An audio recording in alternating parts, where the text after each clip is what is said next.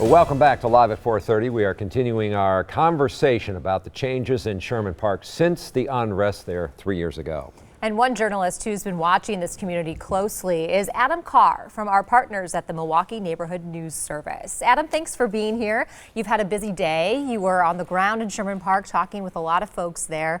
What are some of the biggest changes you've seen over these last 3 years in that community? Yeah, so today we spent time with advocates and activists who have been on the ground, and I think they shared a lot of the insights that they offered, and we got a range of responses from kind of where we were 3 years ago when the unrest happened, and it feels like it could happen again, to folks who are seeing meaningful change in institutions and organizations around Milwaukee.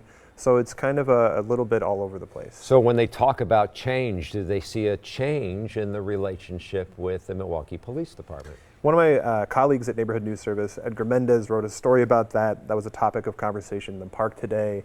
And, you know, there has been some change. Even while we were having the conversation, police and sheriff were present by the playground.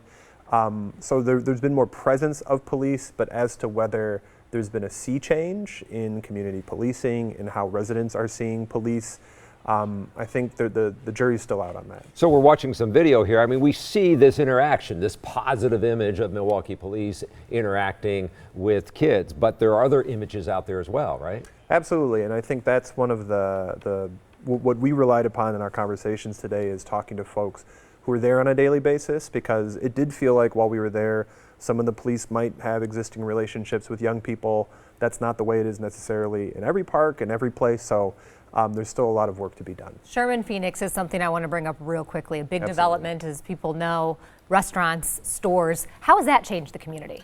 I think the Sherman Phoenix, it's my opinion, but if you were to go around the country and look at the responses to tragedies like the one we had in Milwaukee, and unfortunately there have been some around the country, you'd probably find no better expression of community wealth, of community coming together and saying we're going to take into our own hands by looking to each other and finding the strengths within the community as a response. And I think if you haven't been there, go. If you've been there, you're saying, how can we get more of this? How do you scale that success? Scale is a very difficult conversation when you're talking about community, because community doesn't always scale, but I do think a lot of the activists and advocates we spoke to today in our conversations in Sherman Park had a lot of ideas. Those kind of unfolded slowly throughout our day in the park with them.